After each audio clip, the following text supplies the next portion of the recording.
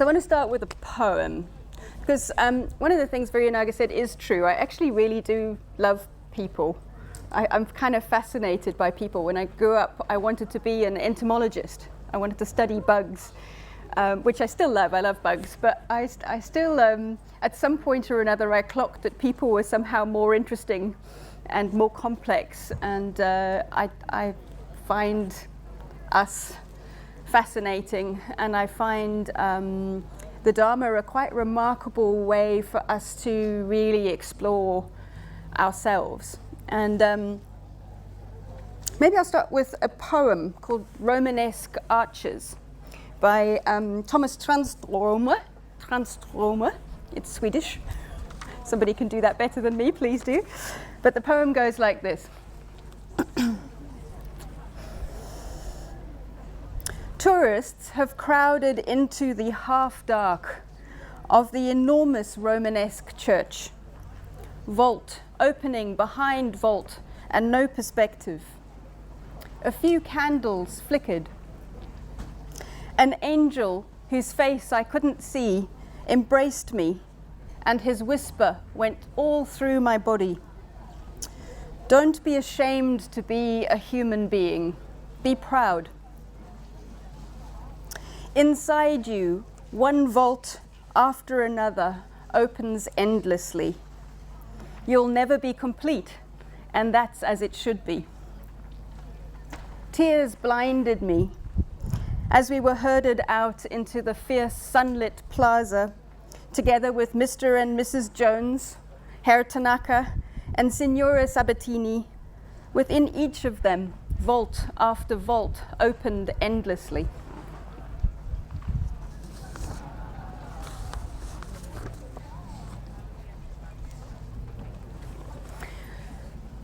So community is about allowing us to be vault after vault, endlessly incomplete with each other in a way that allows more people to be endlessly vault after vault complete, and set up the conditions for ourselves and our world to sustain that. That's really the whole talk.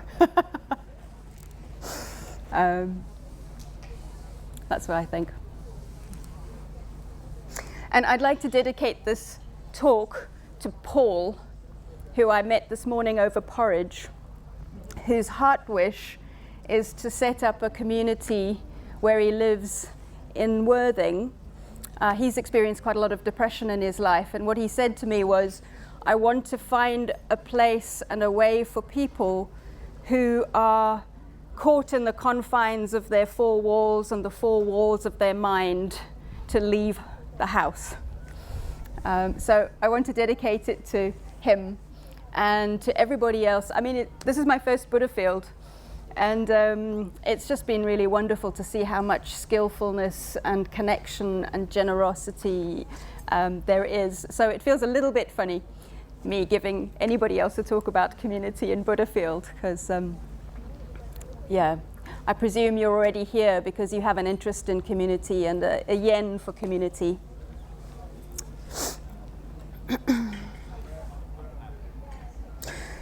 So what's a community? If you go back to the word community, it's the same root as commune, like living together, and commune, as in being together, and communication, as in a kind of vital dialogue between humans that allows for both expression and receptivity. So it's all of those things. Oh, I've just been turned up.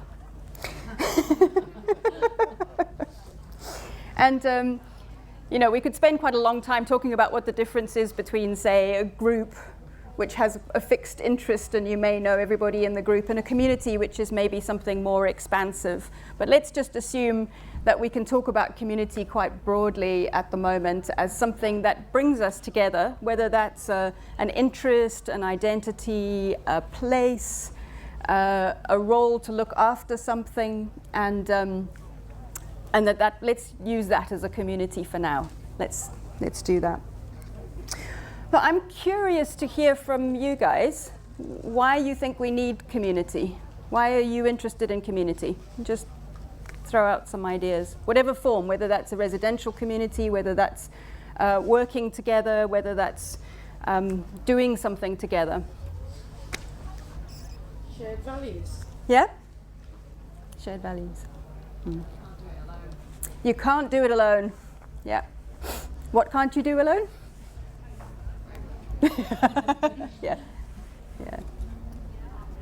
Sharing, finding ways to share what we have with others in a harmonious way. Great, yep. Finding ways to share what we have with each other. Yeah. Help with loneliness. Help with loneliness, yeah. It's really striking in this country in particular. It's a bit epidemic loneliness, isn't there?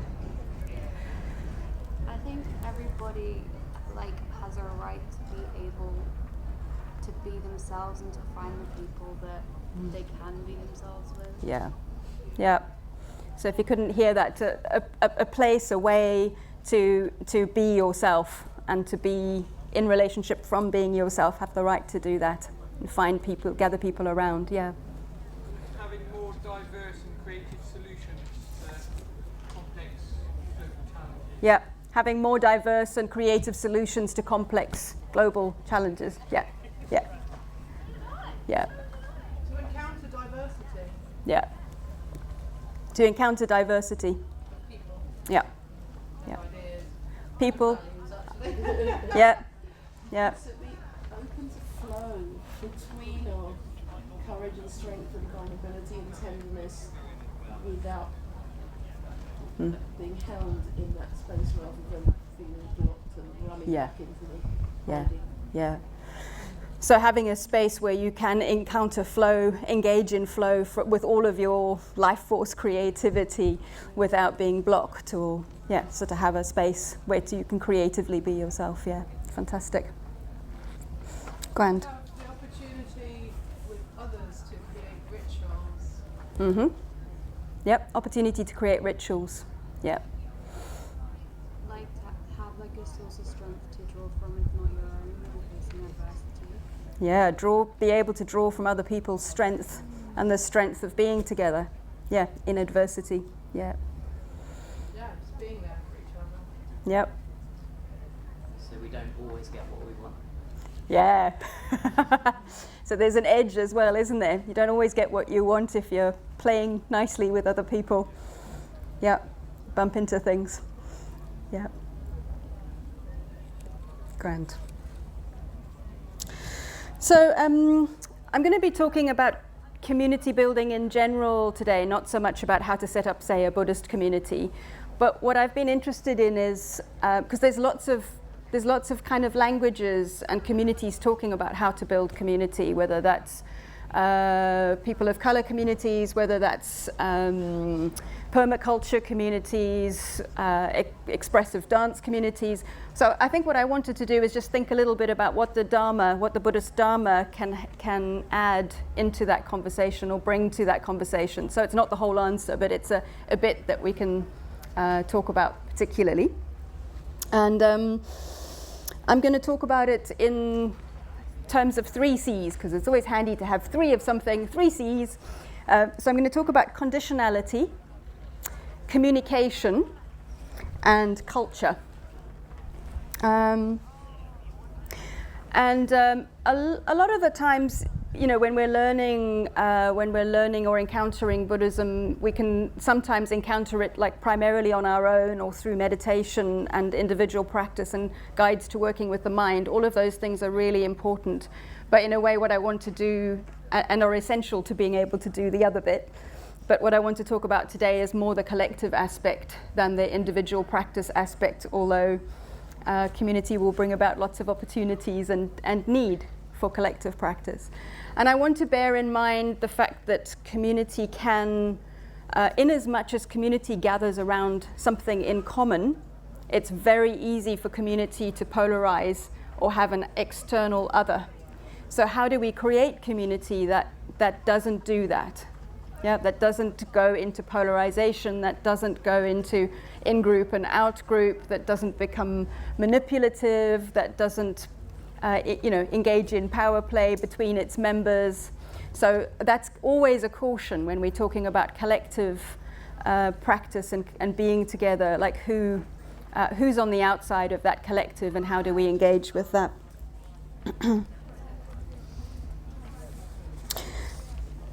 And maybe just a little bit, Brianna mentioned that I'm South African, I grew up in South Africa. I would love to be able to say that community came naturally to me. I would love to be able to say that it's been something that my own conditioning prepared me for, but it's really not. I grew up under apartheid South Africa, like a completely distorted, hateful, dangerous formings of community that othered people enormously. And in a way, like we all get trained by our conditioning. Like I was trained to be like right, arrogant, know it all. So community's been the place for me to try and undo some of that conditioning. And also, although it may not seem like it, I'm actually really shy, like sometimes excruciatingly shy. So being in community has meant being visible, being seen in things that are like, you know, positive and well socially accepted, but also in bits that I don't want anyone to see. Like that's part of being in community as well, as being exposed to other people in your tenderness kind of thing. So, yeah. So for me,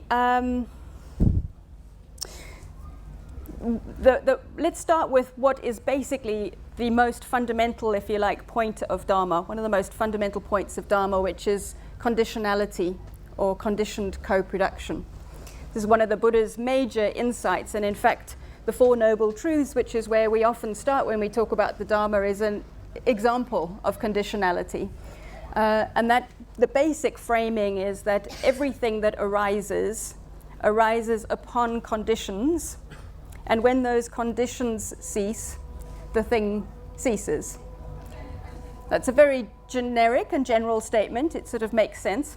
You have to have conditions for things to arise. Things don't arise out of nowhere or out of nothing. But it's one of those teachings that the more you engage with it, the deeper it goes and the more light it shines on more things. So let's try this. What conditions brought you here today? What conditioned your being able to be here, your choice to be here today? Yeah. Having my car. Having a car. Mm-hmm. Yeah. My friend having a car. Your friend having a car. Handy. Knowing it was happening. Yeah, knowing it was happening. Having a sister and friends who already been. Yeah. I felt welcome. Great, you felt welcomed, knew somebody who'd been already. Mm-hmm. Having time to think about what I wanted to do today. Yeah, having some time to think about what you wanted to do. Yeah. My dad being able to look after my dog. Dad looking after your dog. And my daughter looking after my dog. Yeah. Dogs are well cared for. Having the privilege of resources. Yes. Having the privilege of resources like money to come here. Being able to put diesel in the van. Yep, diesel in the van. Just space. Being available. The fields. Yep. Prioritising time and money to come. Yep, prioritizing. Yep.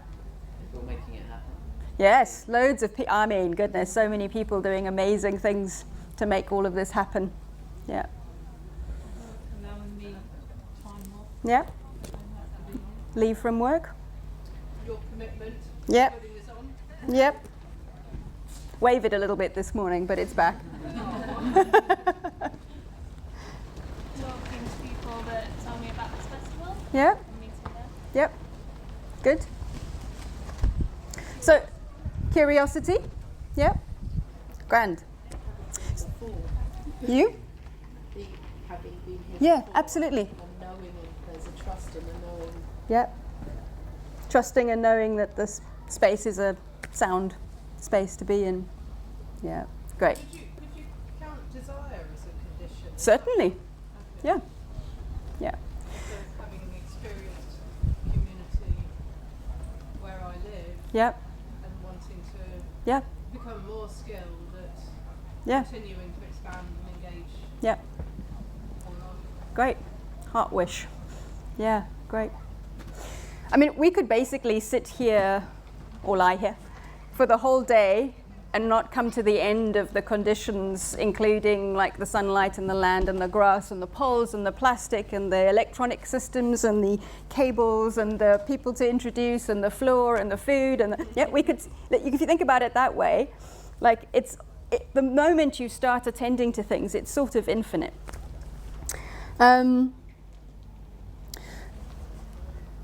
So in a way that's quite obvious. I think one of the points that's really important to bear in mind when we're thinking about conditionality in relation to community is that there's in fact, community and everything else, there's never only one condition for the arising of something. Yeah? There's never only one condition for the arising of something.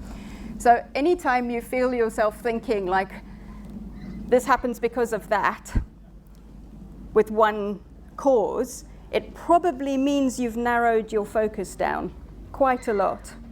Yeah? So it's always handy to bear in mind or ask yourself a question when something's going on in community, like the desire for community, to open up and ask yourself that question: what are all of the causes, or what is a range of the causes that led to something happening here? Yeah. The second point is that already existing causes have set up the current situation, right? We are here because of things that have already happened to condition the possibility of this, which is important because it means that if we want to change something, often our instinct is to try and change the past or change the present by almost like doing some kind of violence to it, if you like getting rid of something or trying to make something happen. But things only happen because the conditions for them exist. So the most effective way of working collectively is to set up the conditions for new things to arise. And it doesn't set you in opposition against the world. So it's often when we start kind of engaging with the Dharma, this is one of the things that can get a bit confusing. People say, like, you have to accept the present, in the sense you have to accept what's happening. But I think that's not quite the right wording for it. I think the wording would be, you have to accept that what's happening is happening. Yeah? Because what's happening is happening because of causes and conditions that have already arisen. And then you can do something different.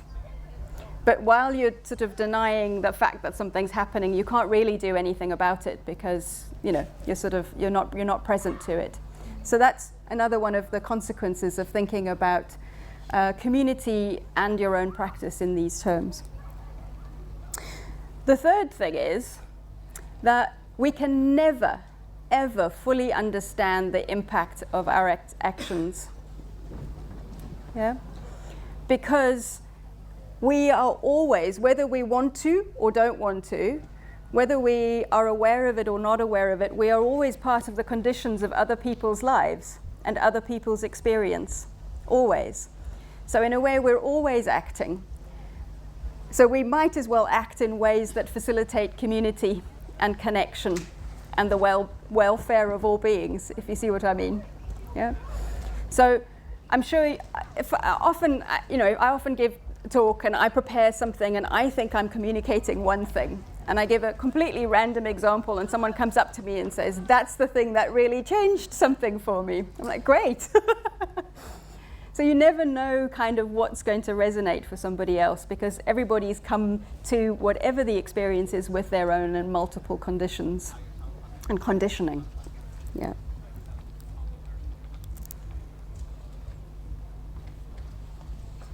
And it's a very helpful way of, if you like, analyzing what's going on. You can always ask yourself the question, like, what conditions healthy community, for example? Like, what conditions healthy community? And you can ask yourself the question, what conditions polarization? So it gives you a kind of language or a way of thinking about what's going on. What has conditioned this situation? What has conditioned my mental states? What has conditioned this interaction? And why this is so important for community is because what sustains community of any size or scale is bearing all of that complexity in mind as we engage with other people. Because you never know what other people's conditions are when you're in engagement with them. So it's a bit like everybody has vault after vault after vault, and some of those vaults are kissed by faceless angels and they're beautiful, and some of them are hurt, and you have no idea what you're bringing into the situation, how that appears in terms of somebody else's conditions. So it's a really helpful way of thinking about the kinds of communication that can go right and the kinds of communication that can go wrong in community without taking it too personally. Yeah? We just have to assume that everybody's worlds that you encounter are slightly different from your own world. And what we can do is learn each other's worlds, learn to occupy each other's worlds gently and supportively. It also means that blame it's a very natural response if something goes wrong to want to blame somebody, either oneself or someone else. It's a kind of first sort of instinct, isn't it? When there's hurt, somebody or something must have caused this hurt. And as I was saying earlier on, if you narrow the arising of anything to just one cause or condition, you're missing some of the point. So it really helps to know that whatever's going on, if you open it up, you can see that. Well, just let me give a practical example, not so much in community. I think about my relationship with my parents. And there was a time when I was in my 20s when I blamed my parents for a lot of the dukkha I was experiencing, the suffer I was experiencing, because they were part of the conditions that I found difficult becoming an adult into. Maybe the rest of us have that experience as well. And my parents don't talk about their past. As one of the conditions for that feeling was that my parents are very hesitant to talk about their own experiences. And as my parents have gotten older and the forms of communication with them have been broader, I've been able to investigate with them a little bit more of their own life stories. And then I understand a little bit more what they were bringing to those interactions. And then blame falls away to some degree. It doesn't mean the impact didn't happen, but it does mean just understanding in a broader field what has caused that. And of course, their dukkha was caused by something, and their dukkha was caused by something, and their dukkha was caused by something. So the intergenerational work is really important for widening the field of possibility for our communication with each other. And the other thing is, like, forgiveness and apology are essential, absolutely essential to communities that sustain themselves. You cannot have a community that sustains itself, then you can't be a healthy part of a community until you're also able to say, I'm really sorry for impacts on other people, whether that's intentional or not to some degree. So that's one of the major practices. And I think the more we know who we are, the more we know what's conditioned us, the more aware we are in terms of what we can do to support and be in healthy contact with other people around it.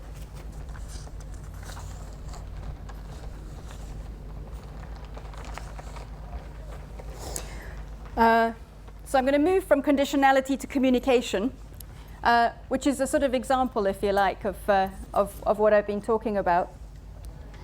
I think the blurb said something about political philosophers, so I thought I'd bring one in. And that's Hannah Arendt. She's one of my favorite thinkers. She was a Jewish philosopher in the 1930s and 40s, and actually she was a journalist who covered the Eichmann trial at the end of the Second World War, and is a very interesting commentator. And she's got some fantastic root metaphors for the nature of being together. And my favorite one is that she says the world is made of words. Yeah, the world is made of the way we speak with each other. and the world is like a table. And we are all sitting around the table of a common world. We share the world like we share a table. We place some weight on that world that is a collective fiction. It's a collective fiction, but it's the table that we make. But the table also separates us. So the world both connects us and separates us.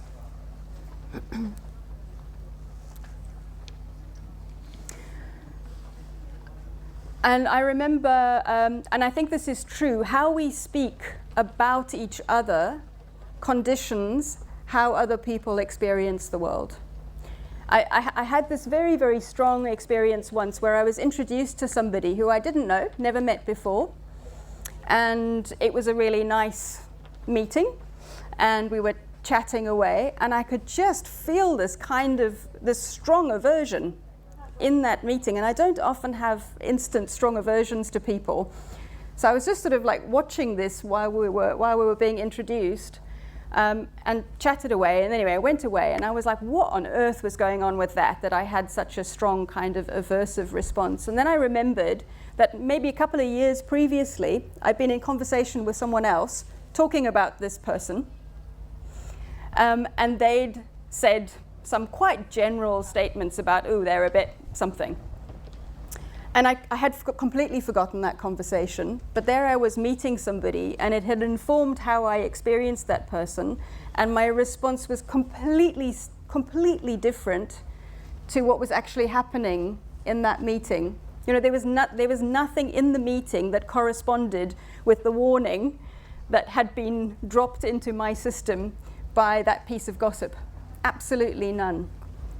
So I think the practice of speech, and even more so the practice of communication, is absolutely essential to how we are in communication, how we are in community together, because we can literally put poison into community by talking about people in ways that are gossipy, frivolous, unnecessary, sharing pieces of information that aren't appropriate.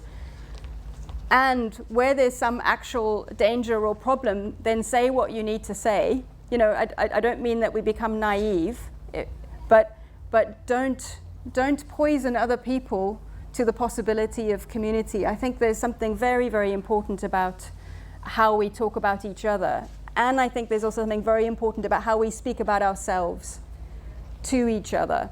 There's this lovely little sutta, Pali sutta, in which the Buddha says, do not, I'm trying to remember what the best translation of it is, like, do not undermine either yourself or another in speaking.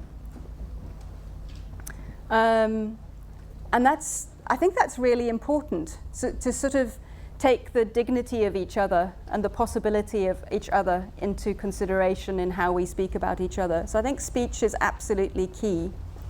And of course, by speech, I also mean other forms of communication, whether you look at somebody, whether you don't look at somebody, whether you turn your back when they're speaking. You know, all of those things are forms of communication.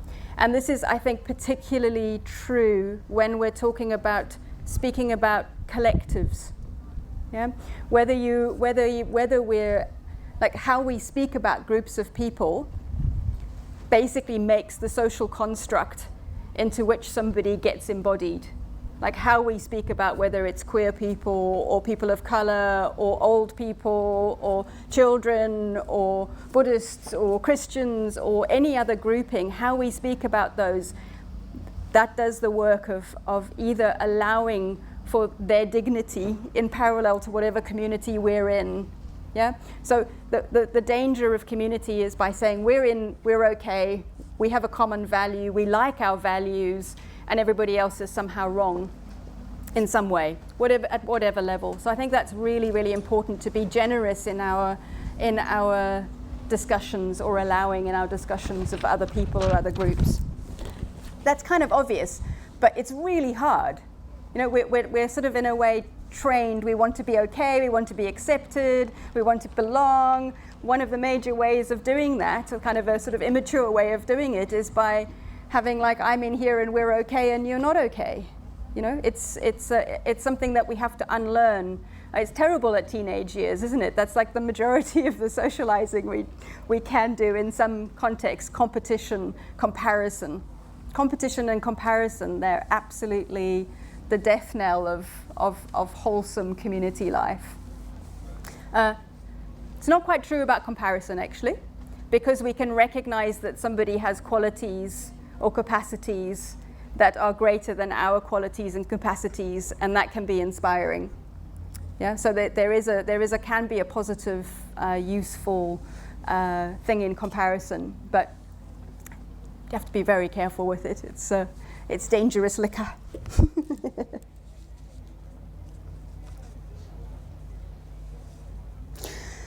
So one of the ways that we can work with this is thinking about how we describe ourselves in any group, and what political philosophers and social thinkers will basically tell us that human cooperation beyond the people that you actually know and speak to directly is dependent on myths or stories.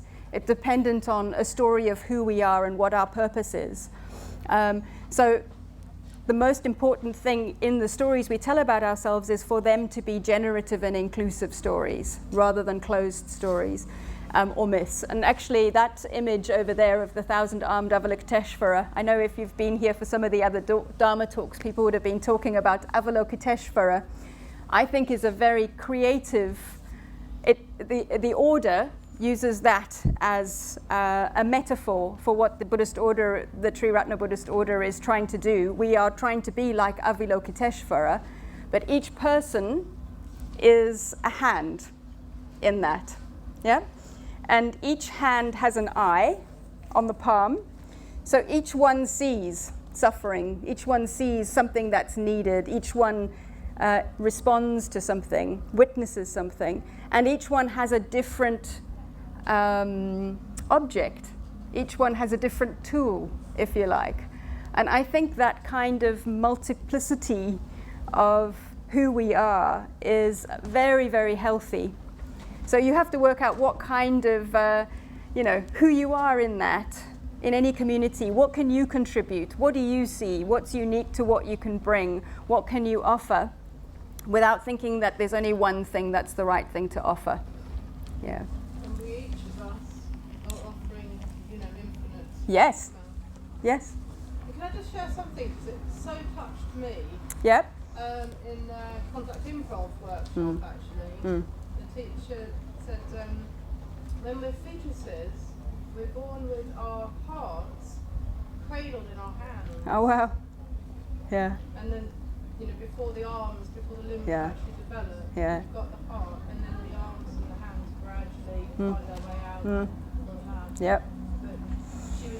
Really pointing out that the arms and the hands are an extension of the heart. Absolutely.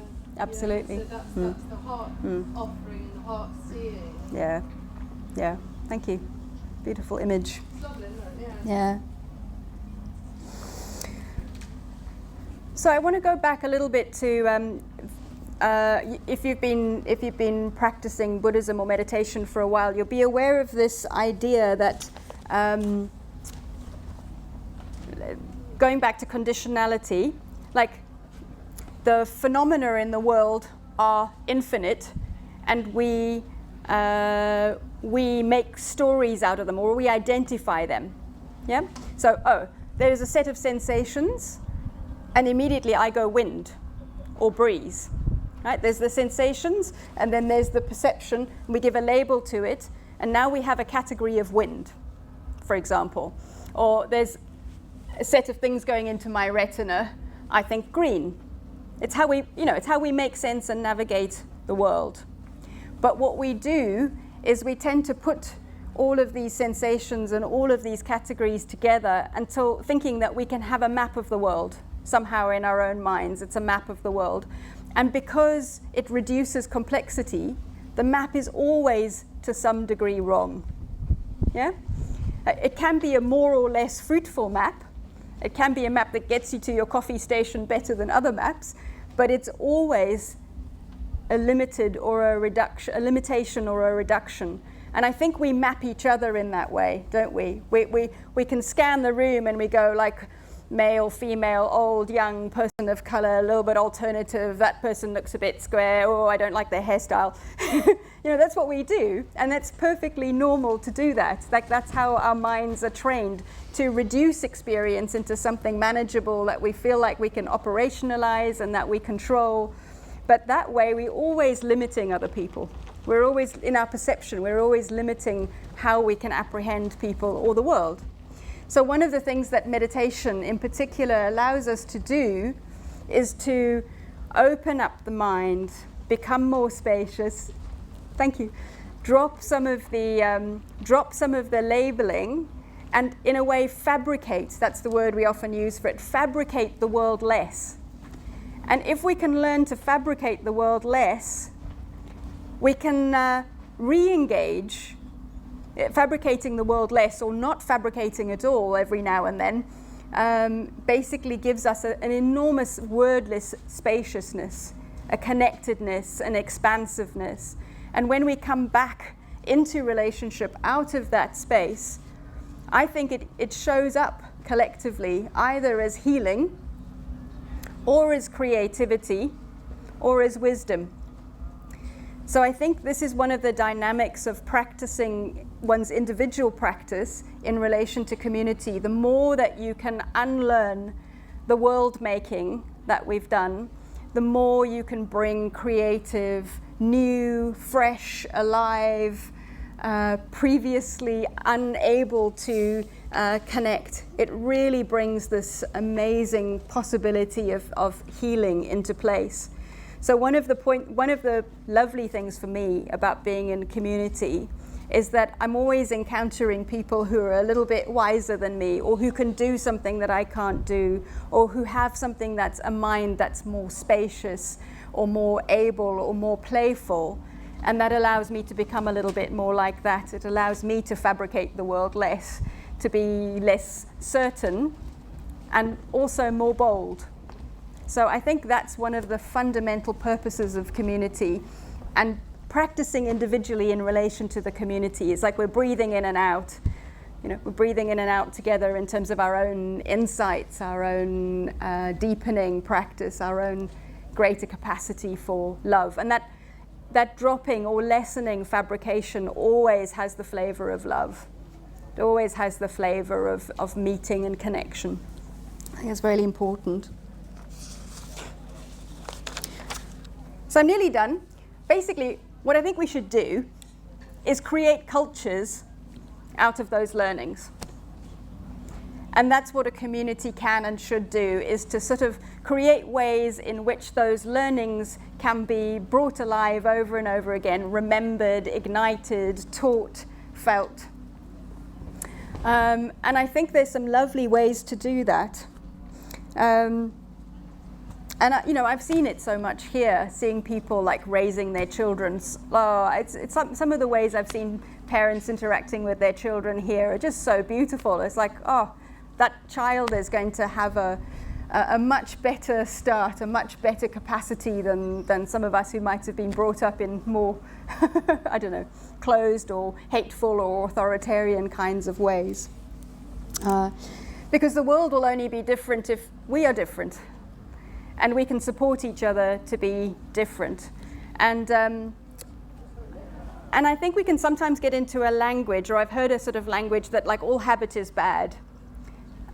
Sometimes we can talk in those ways in Buddhist practice, but that's not true. I think we are inheritors of lineages of wisdom, lineages of skill, and we are inheritors of lineages of hate and greed and insecurity. So traditionally, there are these things called the 4 Sangharavastus, which are the 4 ways to sort of build community. I'll just say them very shortly. The one is generosity, mutual generosity, dana, including the gift of fearlessness, which means the gift of being safe to be around. So it's not the gift of your own fearlessness, it's the gift of allowing other people not to fear you. Yeah. And kind words, beneficial acts, and sympathy. And I think we're learning more and more. I'm really excited about some of the languages we're talking at the moment around neuroscience, about attention, where we can really recognize that the best way we can, the most accurate fabrication of the world that we can do is when our bodies are not in shock or trauma. Yeah? We can see the world more accurately, more clearly, more lovingly, when we're not overwhelmed with data, when we're not in shock or trauma. So part of what communities can do by bringing in those 4 Sangharavastus is basically create spaces where we feel safe enough to be more open and to be more vulnerable and take care of each other. So that's why I think those 4 are really essential to how we are together. Could you say those 4 again? Yeah. Dana, generosity. Second is kindly words. The third is beneficial acts, which of course is quite wide-ranging, isn't it? And the last is sympathy, like a sympathetic engagement with each other. I think the way I like to think of that is like to assume the best of each other unless you absolutely have to not. Yeah? Sort of assume that people are doing their best and trying their best and have the best possible intention and connecting on that basis. And I think the other thing we can do, I've already mentioned this, is to get to know yourself better and better. That you'll be safer to be around the more you know each other. Know yourself, sorry, because then you can also know what's yours and what's not yours. Yeah? It's very important to know that. And the last is rejoicing. And rejoicing is completely opposite to the competition comparison model, isn't it? It's completely opposite to there's only one way to be right, to be good, to be helpful. So I thought to finish off this little part of the talk, we could just have an appreciation whispering mantra. So I'm just going to leave a little bit of space and just quietly at the same time or over each other or just listening, maybe just say the names of a person or something you've seen or an event that you've gone to or a characteristic that you've encountered of something that you had a wholesome response to, that you thought was beautiful and good and helpful and something that you'd want to be more like or share more. Should we do that? I'm going to take the mic off so that I don't boom over you. And we can just have, we'll have like 3 or 4 minutes. So if something comes up, just sit for a while. Something else might come up. Yeah? So we'll do a little gratitude, appreciation. Bang.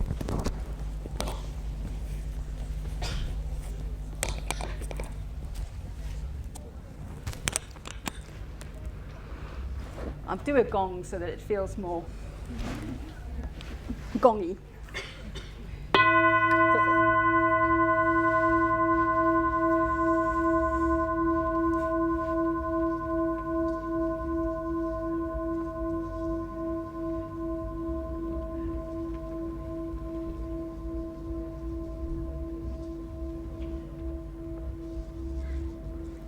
Gita and the Buddhism and War workshop.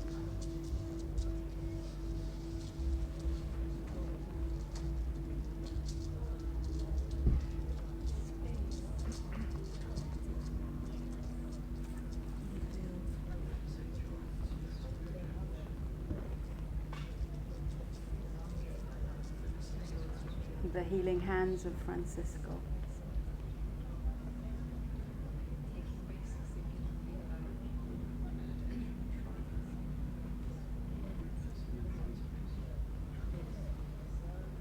Friendship.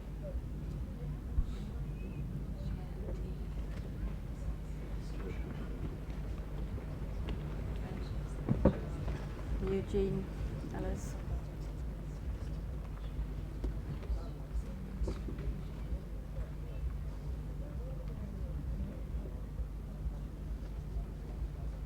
The land itself.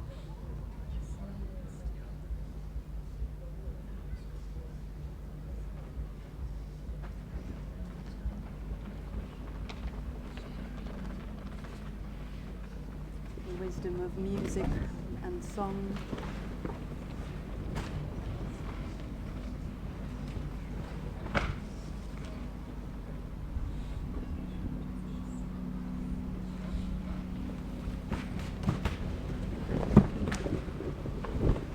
The wind.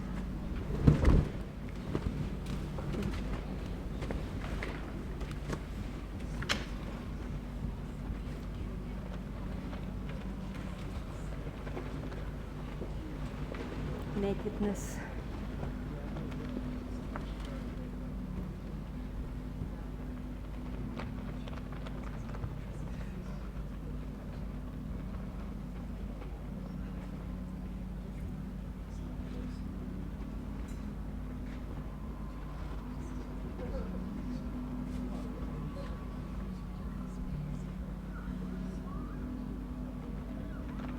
Touch.